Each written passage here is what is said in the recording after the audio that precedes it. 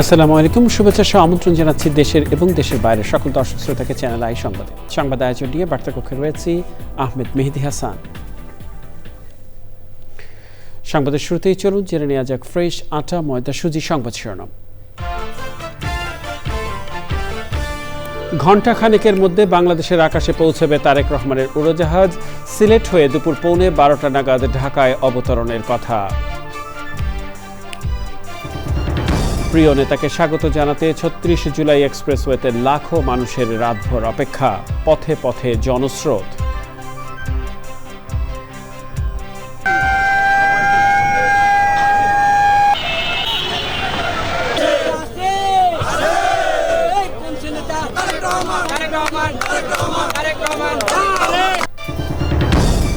খ্রিস্ট ধর্মাবলম্বীদের সবচেয়ে বড় ধর্মীয় উৎসব শুভ বড়দিন আজ। গির্জায় গির্জায় প্রার্থনা আর উৎসবমুখর আয়োজনে উদযাপন। এবং প্রতিভাবান 15 শিল্পী নিয়ে চলছে POJ মিউজিক ক্লাবের সবুজ সুরের সন্ধানে সিজন 1-এর সেমিফাইনাল। বিচারক ও দর্শকদের ভোটে সেরা 8 বাছাই।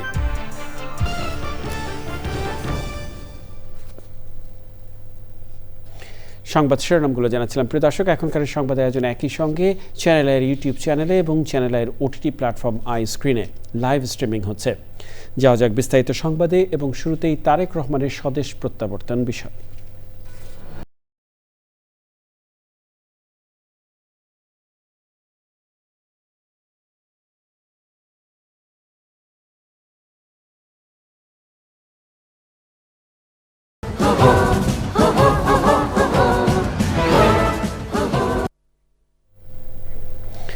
বিএনপির ভারপ্রাপ্ত চেয়ারম্যান তারেক রহমানের আগমন উপলক্ষে শাহজালাল আন্তর্জাতিক বিমানবন্দরে নেওয়া হয়েছে বিশেষ নিরাপত্তা ব্যবস্থা। এ নিয়ে জানতে যাচ্ছি সহকর্মী চকর মালিথার কাছে। তিনি রয়েছেন শাহজালাল আন্তর্জাতিক বিমানবন্দরের VIP লাউঞ্জে।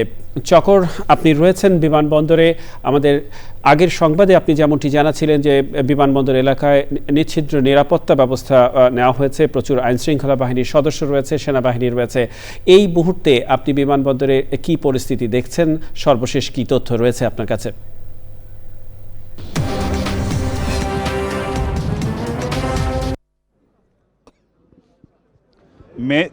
মেহেদী, হজরত শাহজালাল আন্তর্জাতিক বিমানবন্দরের যে VIP এই গেটটা আমরা দেখতে পাচ্ছি, এই গেটকে ঘিরে তথা পুরো বিমানবন্দর এলাকায় একটা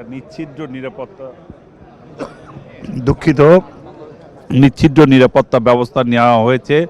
আমরা দেখতে পাচ্ছি যে এখানে আইনশৃঙ্খলা বাহিনীর যত রকমের সদস্য আছে সরকারের পক্ষ থেকে সদস্যদের এখানে মোতায়েন করা হয়েছে। আমরা দেখেছি সেনাবাহিনী, দেখেছি বিমান বাহিনীর সদস্যদের, দেখেছি BGP, দেখেছি পুলিশ, দেখেছি APBN, আমরা দেখেছি এয়ারপোর্ট সিকিউরিটি ফোর্স, আমরা দেখেছি BNP চেয়ারপারসনের যে সিকিউরিটি ফোর্স আছে। সব কিছু মিলে পুরো বিমানবন্দর এলাকায় একটা নিচ্ছিদ্র নিরাপত্তা মূলক অবস্থা বিরাজ করছে। আমরা দেখতে পাচ্ছি যে এখানে বিমানবন্দরে যেসব গাড়ি প্রবেশ করছে,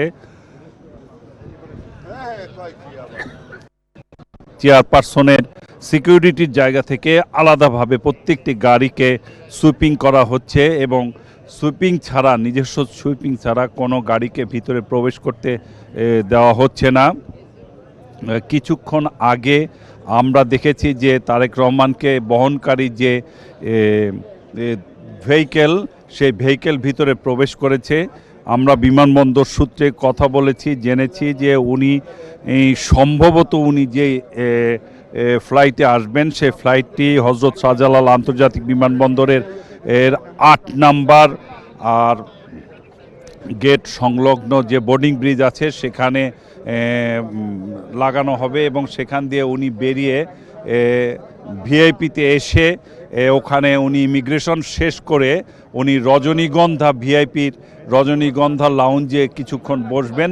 তারপরে উনি দলের যারা স্থায়ী কমিটির সদস্য সহ দলের মহাসচিব এই অন্যান্য নেতারা যারা থাকবেন তাদের সাথে কিছুক্ষণ কথা বলে তারপরে বিমানবন্দর থেকে বেরিয়ে যাবেন। এই যে দীর্ঘ 17 বছর 3 মাস 14 দিন পরে বিএনপির ভারপ্রাপ্ত চেয়ারম্যান তারেক রহমান দেশে ফিরছেন, এয়ারপোর্টে সরকারের তরফ থেকে দলীয় তরফ থেকে সব রকমের ব্যবস্থা নেওয়া হয়েছে, কিন্তু আমি সবার চোখে মুখে একটা স্বতঃস্ফূর্ততা লক্ষ্য করছি, সবার মধ্যে একটা আন্তরিকতা এবং একটা আবেগ লক্ষ্য করছি। সব কিছু মিলে পুরো এলাকায় একটা নিচ্ছিদ্র নিরাপত্তামূলক ব্যবস্থা যেরকম নেওয়া হয়েছে, পাশাপাশি এখানে মনে হচ্ছে যে মানুষের মধ্যে একটা আবেগ আছে, একটা আকাঙ্ক্ষা আছে, যে আবেগ যে আকাঙ্ক্ষা সেটা আমরা দেখতে পাচ্ছি। এবং আমরা দেখতে পাচ্ছি যে সব গণমাধ্যমের কর্মীরা এখানে উপস্থিত আছেন।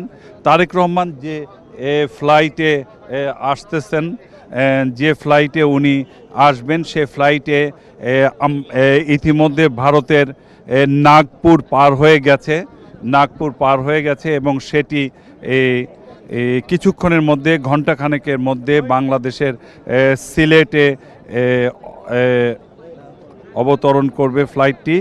আমরা এখন কথা বলবো বিএনপির মিডিয়া সেলের প্রধান ডাক্তার পাভেল, ওনার সাথে একটু বলবেন যে আজকে ওনার কর্মসূচি বা আজকে আপনাদের তরফ থেকে কি কি ব্যবস্থা নেওয়া হয়েছে। আসলে কর্মসূচি বলতে যেটা বোঝায়, আপনারা জানেন যে গত কয়েকদিন থেকেই নিরবিচ্ছিন্নভাবে দেশের বিভিন্ন প্রান্ত থেকে আমাদের নেতাকর্মীরা রাজধানীমুখী হয়েছেন। তাদের প্রিয় নেতাকে তারা 17 বছর পর সামনাসামনি দেখার যে একটা অসাধারণ সুযোগ সৃষ্টি হয়েছে, সেটিকে তারা প্রতিটি মুহূর্তে কাজে লাগাতে চান। আমরা প্রস্তুত, দেশবাসী প্রস্তুত। তাদের ঘরের ছেলে ঘরে ফেরার যে মুহূর্তটি সামনে আসতে যাচ্ছে, সেটিকে বরণ করার জন্য একটি অনাড়ম্বর একটা আয়োজনের মধ্যে দিয়ে এটিকে আমরা নিশ্চয়ই প্রতিপালন করব এবং তিনি দেশবাসীর প্রতি তার কৃতজ্ঞতা, তার ভালোবাসা এটিকে প্রকাশ করবেন। এবং সব মিলিয়ে আমরা আশা করছি আজকের দিনটি বাংলাদেশের ইতিহাসে তাদের প্রাণের মানুষ, তাদের আত্মীয়ের ঘরে ফেরার একটা দিন হিসেবে যুগ যুগ ধরে এই দেশের মানুষ প্রতিপালন করতে থাকবে আগামীতে ইনশাল্লাহ। আপনাকে ধন্যবাদ। দর্শক, যেটি বলা হলো যে বাংলাদেশের মানুষ অধীর আগ্রহে অপেক্ষা করছে, দলীয় নেতাকর্মীদের পাশাপাশি বাংলাদেশের মানুষের মধ্যেও তারেক রহমানের দেশে ফেরা নিয়ে যে আবেগ, যে উচ্ছ্বাস তৈরি হয়েছে, সেটি পুরো বাংলাদেশেই যেরকম ছড়িয়ে পড়েছে, বিমানবন্দর এলাকায় সেই ছোঁয়াটা বেশি লেগেছে। ঘন কুয়াশা, কনকনে শীত বিমানবন্দর এলাকায়, তার মধ্যেও তারেক রহমানের দেশে ফিরে আসার যে একটা উত্তাপ, সেটা মনে হচ্ছে উত্তাপ ছড়াচ্ছে। আজকে পূবের আকাশে এখন পর্যন্ত সূর্যের দেখা মেলেনি, কিন্তু তারেক রহমানের আগমনে মনে হচ্ছে যে একটা আনন্দ ও একটা উচ্ছ্বাস, সব কিছু মিলে সবারই অপেক্ষা নেতা আসবেন। এবং তারেক রহমান যেটি বলেছেন যে সবার আগে বাংলাদেশ নিয়ে সবাইকে কাজ করার আহ্বান জানাবেন। এবং 17 বছর পরে যে তারেক রহমান আসছেন, তারেক রহমানের কাছে মানুষের প্রত্যাশাও তেমনটি। জি চকর, আপনাকে অসংখ্য ধন্যবাদ। আপনি খবর সংগ্রহ করতে থাকুন, নিশ্চয়ই আপনার মাধ্যমে আমরা দর্শকদের পরবর্তী সংবাদগুলোতে আরও তথ্য জানাতে পারব। বিএনপির ভারপ্রাপ্ত চেয়ারম্যান তারেক রহমানের গণসংবর্ধনা অনুষ্ঠানের সাক্ষী হতে ঢাকার 300 ফিট সড়কে বিএনপির নেতাকর্মীদের ঢল নেমেছে। রাত থেকেই দলটির হাজার হাজার নেতাকর্মী এই সড়কে অবস্থান নেন, জানাচ্ছেন লুৎফর রহমান। মঞ্চ প্রস্তুত, এখন অপেক্ষা কেবল তারেক রহমানকে বরণ করে নেওয়ার। সেই মুহূর্তের সাক্ষী হতে রাত থেকেই মিছিল, স্লোগানে সরগরম 300 ফিট সড়ক। দেশের বিভিন্ন প্রান্ত থেকে বিএনপি নেতাকর্মীরা জড়ো হন গণসংবর্ধনা মঞ্চ এলাকায়। বিএনপি নেতাকর্মীরা বলছেন, দীর্ঘ অপেক্ষার পর তারেক রহমানের ফেরা তাদের নতুন আশা দেখাচ্ছে। উনি দেশের মাটিতে আসবেন, এটা শুনে আমাদের ভিতরে এক ধরনের আগ্রহ বা একটা পুলকিত মনোভাব, সেই জায়গা থেকে আমরা এসেছি যে এক নজর আমাদের প্রিয় নেতা তারেক রহমানকে আমরা দেখব। এই মুহূর্তে একটি পরীক্ষাময় একটি সময় যাচ্ছে, এই সময়টাকে একদম উনার নেতৃত্বে যেভাবে দ্রুতভাবে এগুলো সমাধান করা যায়, সেই জন্য আগামী দিনের নেতৃত্বের জন্য আমাদের তারেক রহমানকে এই বাংলাদেশের খুবই প্রয়োজন। সারা বাংলাদেশের মানুষ আজকে একত্র হয়েছে শুধু তারেক জিয়ার রহমানের অপেক্ষায়, শুধু তার ভাষণ শোনার জন্য এবং তার মুখখানি আমাদের বাংলাদেশের জনগণ দেখার জন্য। জনতার ভিড়ে তারেক রহমানের বক্তব্য পৌঁছে দিতে রাস্তায় বসানো হয়েছে বড় পর্দা ও শব্দযন্ত্র। ব্যাপক নিরাপত্তা ব্যবস্থার পাশাপাশি প্রস্তুত রাখা হয়েছে অ্যাম্বুলেন্স সহ অন্যান্য জরুরি সেবা। লুৎফর রহমান সোহাগ, চ্যানেল আই, ঢাকা। প্রিয় দর্শক, যেমনটি শুনছিলেন, দেশে ফেরার পর বিএনপির ভারপ্রাপ্ত চেয়ারম্যান তারেক রহমানকে গণসংবর্ধনা দিতে ৩৬শে জুলাই এক্সপ্রেসওয়েতে অপেক্ষা করছেন রাত থেকেই নেতাকর্মী এবং সমর্থকরা। এ নিয়ে সর্বশেষ তথ্য জানতে আমরা যাচ্ছি আমাদের সহকর্মী রাহুল রায়ের কাছে। তিনি রয়েছেন ৩৬ জুলাই এক্সপ্রেসওয়েতে। রাহুল, আপনি ৩৬ জুলাই এক্সপ্রেসওয়ে এলাকার কি অবস্থা দেখছেন এই মুহূর্তে?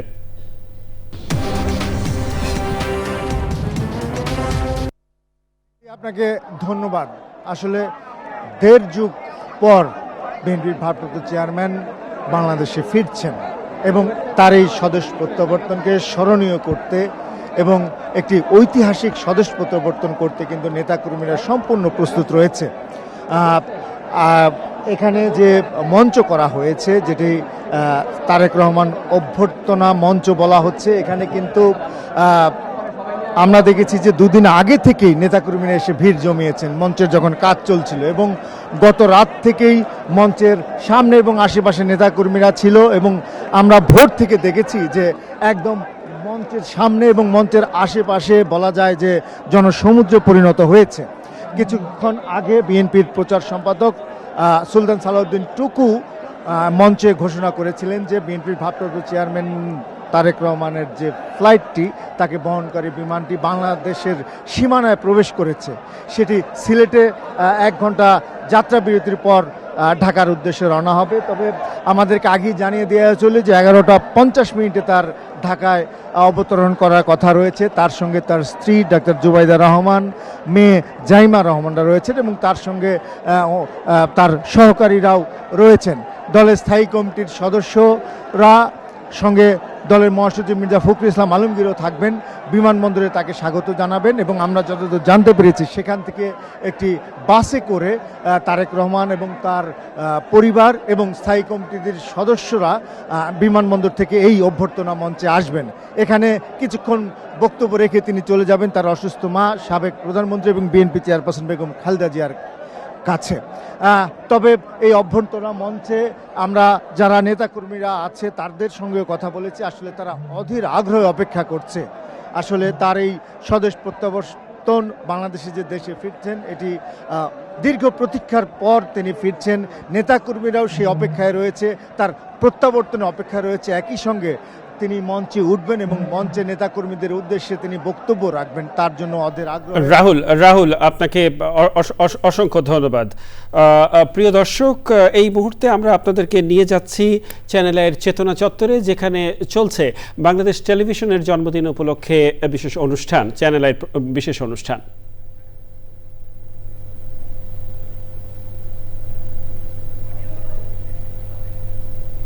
জন্য কাটতে হয়েছিল, আবার আমরা ফেরত এসেছি। সংবাদের মধ্যেই আমরা আছি যে বাংলাদেশ টেলিভিশনের জন্মদিন পালন করছে চ্যানেল আই। আমরা যারা স্মৃতিকাতর মানুষ, যারা টেলিভিশনের প্রতি মায়া আলাদা করে আছে, তারা সমবেত হয়েছে এই শীতের সকালে। আর আমাদের এই অনুষ্ঠানকে অনেক বেশি উজ্জ্বল করে তুলেছেন একজন, ফেরদৌসী রহমান, যিনি টেলিভিশনকে উজ্জ্বল করেছিলেন। তার শরীর খুব একটা ভালো নয়, কিন্তু ভালোবাসার টানে চ্যানেল আই চত্বরে আজকে এই মুহূর্তে আছেন এবং তার স্মৃতি কথা বলছেন, আমরা মুগ্ধ হয়ে শুনছি। ফেরদৌস আপা, বাবা মাদের যে উৎসাহ গানের প্রতি, এটি নিশ্চয়ই আপনাকে অনেক বেশি অনুপ্রাণিত করতো। আপনি যেমন ঠাট্টা ছলে বললেন যে কোথায় বাচ্চাদের জন্য গান শেখাতে এসেছি, দেখি বড়রা বসে আছে একটু, কিন্তু পরে তো ছোটদের অফুরান আগ্রহ তৈরি হলো যে এসে। একদম, মানে আমি এদেরকে পরীক্ষা দিয়ে নিতে হতো, মানে এত বাচ্চা আসতো, এবং শুধু ঢাকা বলে না, ঢাকার বাইরের বহু বাচ্চা আসতো যাদেরকে ওরম হঠাৎ তো নেওয়া যেত, র্যান্ডাম নেওয়া যেত না, তখন ওগুলোর অডিশন নেওয়ার জন্য আমার 2-3 দিন সময় চলে যেত, বসে বসে ওগুলো অডিশন নিতাম, নিয়ে তাদেরকে দেখতাম কোন বাচ্চাগুলোর আদৌ সুর জ্ঞান আছে কি না, তাদেরকে শেষে নিতে হবে, বেছে বেছে মাত্র তো 20-25 জন বাচ্চা বসতো আমার সামনে, বাকি বাচ্চারা তো সেটের সামনে বসে শিখতো। আর এমন হয়েছে যে অন্য পরে তো আমাদের আরও অনেক চ্যানেল হলো, তারা বললো যে আপনি এসে আমাদের ওটা বিটিভি এখন বন্ধ আছে, আমাদেরটাতে করেন। কিন্তু আমার বাচ্চারা, দেশের বাচ্চারা, তারা কিন্তু বেশিরভাগ বিটিভি দেখতো, বলে না খালামণি আপনি করেন, ওই বিটিভিতেই করেন, অন্য চ্যানেলে করলে আমরাও তো শিখতে পারি না। এবং একটা কথা বলি যে একটু আগে আমি বলেছি যে অনুষ্ঠানটা শিশুদের জন্য ছিল, কিন্তু দেখতো বড়রাও। সেটির কারণটা হচ্ছে কি, আমরা একটা শব্দ উচ্চারণ করি না, উপস্থাপনা। উপস্থাপনা মানে এই নয় যে এখন অমুকে অমুকটা করবেন, তমুকে তমুকটা করবেন, এই ঘোষণাটা দেয়া। ওই সময় টেলিভিশনে উপস্থাপনা যারা করতেন তাদের বিশেষত্বের দরকার ছিল। বিশেষত্ব হচ্ছে কি, যে তারা চুম্বক আকর্ষণ তৈরি করতেন, যে একটা অনুষ্ঠানে গান হবে না কি বিষয় থাকবে, সেটার চেয়ে মুখ্য বিষয় হচ্ছে যিনি উপস্থাপনা করছেন তাকে শোনা, তার কথা শোনা। তিনিও এক ধরনের মুগ্ধতা তৈরি করতে পারতেন। ফেরদৌসী রহমান ছিলেন সেই কাতারের মানুষ, তিনি কথা বলতেন বাচ্চাদের সঙ্গে, কিন্তু বড়রা যারা দেখতেন তারাও মনে করতেন কথা হচ্ছে তার সঙ্গে সরাসরি। এবং এইভাবেই একটা মানুষ একটা আলাদা নিজের গানের নিজের একটা পরিধি তো তিনি বিস্তৃত করেছিলেনই, আবার এই যে শেখাতে এসে এবং লক্ষ্য করেছেন নিশ্চয়ই, তিনি যখন কথা বলছিলেন তখন শুরুতে বলেছেন আমি কি শেখাবো, আমি তো এখনো সারেগামা ঠিক মতো জানলাম না। মানে একটা মানুষ যিনি সব জেনে মনে করেন যে না আমি এখনো জানি না, এই যে এই শক্তি যখন বাচ্চারা পায়, এই বিনয় যখন বাচ্চারা পায়, তখন নতুন একটা জাতি গড়ে ওঠে। আমরা মনে হয় যে আমাদের সৌভাগ্য হচ্ছে কি, আমরা একটা সময়ে শিশুদেরকে সেইভাবে তৈরি করতে পেরেছিলাম। আমাদের অশেষ কৃতজ্ঞতা, আপনি আজকে এই চ্যানেল আই চত্বরে এসেছেন। শাইখ সিরাজ আপনাকে সম্মাননা জানানোর জন্য বাংলাদেশ টেলিভিশনের একটা স্মারক চিহ্ন আপনাকে উপহার দেবেন। আপনি বসেই থাকেন। আপনাকে অসংখ্য ধন্যবাদ, কৃতজ্ঞতা যে আপনি এসেছিলেন। ভালো থাকবেন।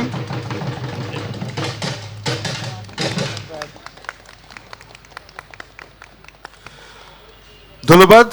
আমরা ছিলাম খায়রুল আলম সবুজের কথায়। আমরা অনুষ্ঠান এখন শেষের দিকে যাচ্ছি। সবুজ ভাই কোথায় গেলেন? আচ্ছা, সবুজ ভাই বললেন যে প্রিয় দর্শক, আমরা এতক্ষণ সরাসরি যুক্ত ছিলাম চ্যানেল আইয়ের চেতনা চত্বরে, যেখানে চলছে বাংলাদেশ টেলিভিশনের জন্মদিন উপলক্ষে চ্যানেল আইয়ের আয়োজনে বিশেষ অনুষ্ঠান। চলে যাচ্ছি আমাদের সংবাদে। দীর্ঘদিন পর দেশবাসীর সঙ্গে মিলিত হওয়ার অধীর আগ্রহ নিয়ে বিএনপির ভারপ্রাপ্ত চেয়ারম্যান তারেক রহমান দেশে ফিরছেন বলে জানিয়েছেন তার সফরসঙ্গীরা। তারেক রহমানের সফরসঙ্গী হিসেবে পরিবারের সদস্যরা ছাড়াও তার ব্যক্তিগত সচিব আব্দুর রহমান সানি, দলের প্রেস টিম প্রধান সালে শিবলি ও জিয়াউর রহমান ফাউন্ডেশনের কামাল উদ্দিন রয়েছেন। হিথ্রো বিমানবন্দরে দলের প্রেস টিম প্রধান সাংবাদিকদের সঙ্গে কথা বলেন। তিনি দেশের বাইরে ছিলেন শারীরিকভাবে, কিন্তু আপনারা জানেন যে উনি আসলে বাংলাদেশের মানুষের সঙ্গে ছিলেন, জনগণের সঙ্গে ছিলেন, জনগণের সঙ্গে যোগাযোগ রেখেছেন। এই কারণেই তাকে বাংলাদেশ থেকে বিচ্ছিন্ন করে রাখার চেষ্টা করা হয়েছিল, কিন্তু করা যায়নি। এটা প্রমাণ বাংলাদেশের মানুষ দিয়েছে, এবং আমরা আশা করি ভবিষ্যতে আমরা এই প্রমাণটা বাংলাদেশের জনগণ দেখবে। যাওয়া যাক অন্যান্য সংবাদে। খ্রিস্ট ধর্মাবলম্বীদের প্রধান ধর্মীয় উৎসব বড়দিন আজ। যীশু খ্রিস্টের জন্মদিনে বাংলাদেশ সহ সারা বিশ্বে দিনটি ধর্মীয় আচার অনুষ্ঠান ও আনন্দঘন আয়োজনের মধ্য দিয়ে উদযাপন হচ্ছে। ঢাকা সহ দেশের বিভিন্ন গির্জা আলোকসজ্জা সহ বর্ণিল সাজে সেজেছে। গির্জায় বিশেষ প্রার্থনার অংশ নিচ্ছেন হাজারো মানুষ। বড়দিনে রাষ্ট্রপতি মোহাম্মদ শাহাবুদ্দিন ও প্রধান উপদেষ্টা অধ্যাপক মোহাম্মদ ইউনুস আলাদা বাণীতে খ্রিস্ট ধর্মাবলম্বীদের শুভেচ্ছা জানান। তাঁরা সাম্প্রদায়িক সম্প্রীতি, শান্তি, মানবতা ও গণতন্ত্র প্রতিষ্ঠায় সবার ঐক্যবদ্ধ ভূমিকার আহ্বান জানিয়েছেন।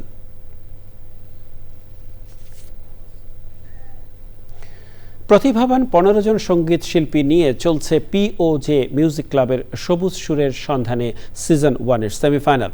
বিচারকদের রায় আর দর্শকদের ভোটে বাছাই করা হবে সেরা 8 জন শিল্পীকে। এ আয়োজনে শুধু সঙ্গীত প্রতিযোগিতাই নয়, বরং দেশের ঐতিহ্য ধরে রাখছে, পরিবেশ সংরক্ষণে সৃষ্টি করবে জনসচেতনতাও। আফরোজা হাসির রিপোর্ট।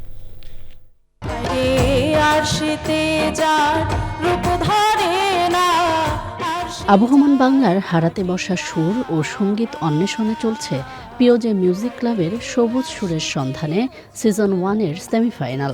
আমার মনে ভোলা চাঁদে ছলা করে, আমার মনে ভোলা চাঁদে ছলা করে, বাঁধি হইল 6 জনা।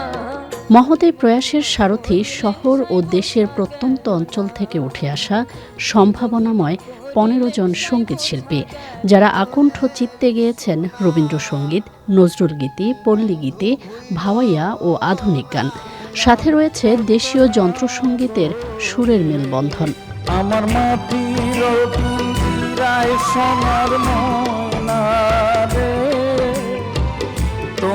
এই প্রতিযোগিতা শুধুমাত্র সুরের উৎসবই নয়, দিচ্ছে পরিবেশ সংরক্ষণেরও বার্তা, যেখানে সুর আর সঙ্গীতের মাঝে উঠে এসেছে প্রকৃতি, প্রাণীজগৎ এবং বাস্তুতন্ত্র রক্ষার তাগিদ।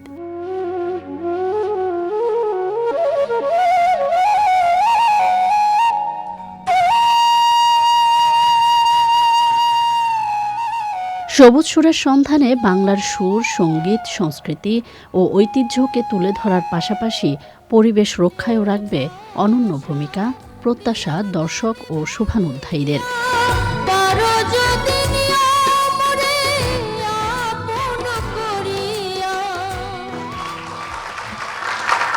আফরোজা হাসি, চ্যানেল আই। প্রিয় দর্শক, পিওজে মিউজিক ক্লাব সবুজ সুরের সন্ধানে সিজন 1-এর সেমিফাইনালে নির্বাচিত প্রতিযোগীদের নিয়ে বিশেষ আয়োজনের প্রথম পর্বের শেষ অংশ দেখবেন আজ রাত 10:15।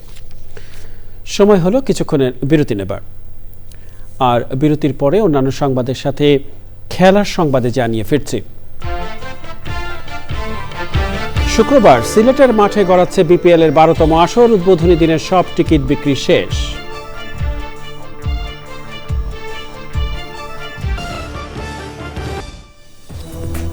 বিরতির পরে আবারও ফিরে এলাম চ্যানেল আই সংবাদে। এ পর্যায়ে নিটল টাটা কৃষি সংবাদ।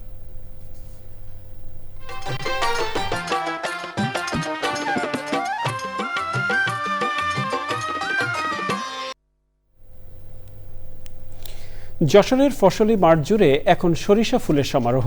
মৌ মৌ গন্ধে ভরে উঠেছে চারপাশ। 6 ঋতুর এই দেশে ঋতু পরিবর্তনের সঙ্গে সঙ্গে বদলে যায় মাঠের রূপ। তারই ধারাবাহিকতায় সবুজ মাঠ রূপ নিয়েছে হলুদ সমুদ্রে। সরিষার মনোরম দৃশ্য বদলে দিয়েছে যশোরের সদরসহ 8টি উপজেলার বিভিন্ন গ্রামের ফসলের মাঠ।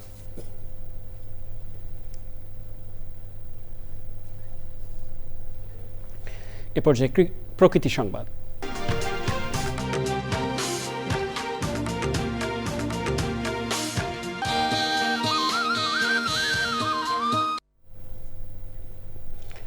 জলবায়ু পরিবর্তনজনিত দুর্যোগ মোকাবেলায় তরুণ প্রজন্মকে সম্পৃক্ত করতে পটুয়াখালীতে মেটিওরোলজি বা আবহাওয়া বিদ্যা ক্লাবের অভিযাত্রা।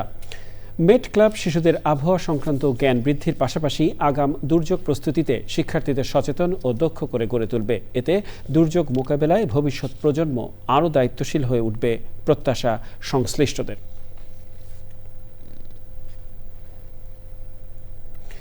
জানাবো খেলার খবর।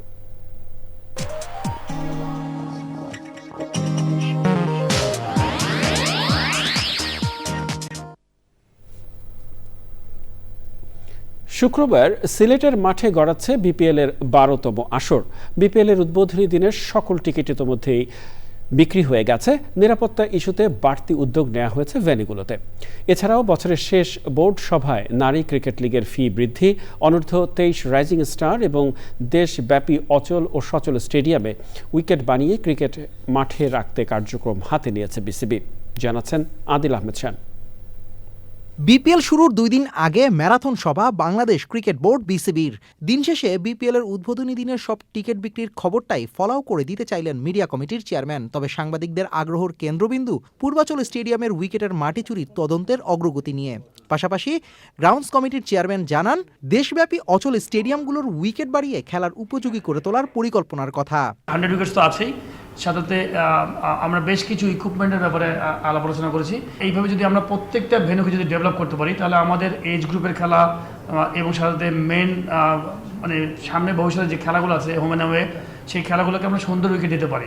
নারী ক্রিকেট লিগের ম্যাচ ফি 60 থেকে 80% বাড়ানোর সিদ্ধান্তের পাশাপাশি বিসিএল এর মতো অনূর্ধ্ব 23 ক্রিকেটারদের নিয়ে দেশব্যাপী রাইজিং স্টার ক্রিকেট টুর্নামেন্ট আয়োজনের লক্ষ্য বিসিবির। বিগত বছর আমাদের মাত্র 12টি জেলায় লিগ অর্গানাইজ করা হয়েছিল ক্রিকেট। আমাদের বোর্ডের টার্গেট ইনশাআল্লাহ আমরা হয়তো 40টি জেলায় অন্তত লিগ আয়োজন সম্পন্ন করার জন্য। নারীদের প্রিমিয়ার এবং প্রথম বিভাগ লিগ, ওখানে আমাদের প্রিমিয়ারের দলকে দেওয়া হবে 6,75,000 টাকা, আর ফার্স্ট ডিভিশনের দলকে 4.5 লাখ টাকা। এছাড়া 26 ডিসেম্বর শুরু হতে যাওয়া বিপিএল এর সার্বিক নিরাপত্তায় সব ভেন্যুতেই আইন শৃঙ্খলা বাহিনীর সব ধরনের সহযোগিতা পাবে BCB. Adil Ahmed Shan, channel I, Dhaka. প্রিয় দর্শক, সংবাদের শেষ প্রান্তে আমরা চলুন আরও একবার জেনে নেওয়া যাক যা ছিল এখনকার ফ্রেশ আটা ময়দা সুজি সংবাদ শিরোনামে। কিছুক্ষণের মধ্যে বাংলাদেশের আকাশে পৌঁছাবে তারেক রহমানের উড়োজাহাজ। সিলেট হয়ে দুপুর 12:15 নাগাদ ঢাকায় অবতরণের কথা। প্রিয় নেতাকে স্বাগত জানাতে 36 জুলাই এক্সপ্রেসওয়েতে লাখো মানুষের রাতভর অপেক্ষা, পথে পথে জনস্রোত।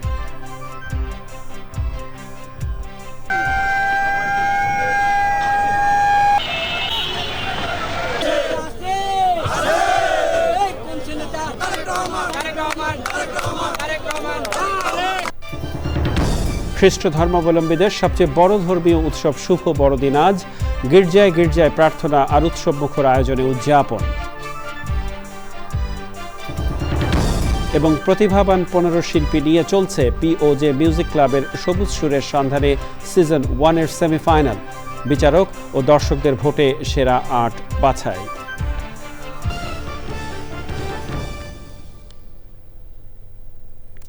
প্রিয় দর্শক, চ্যানেলের সর্বশেষ সংবাদ জানতে ভিজিট করুন channelionline.com এ। যুক্ত থাকুন আমাদের সোশ্যাল মিডিয়া প্ল্যাটফর্মগুলোর সাথে। এর সাথে শেষ করছি এখনকার সংবাদ আয়োজন। সংবাদে এতক্ষণ আমাদের সাথে থাকার জন্য সংবাদসেবীর সবার পক্ষ থেকে আপনাদের আবারও শুভেচ্ছা।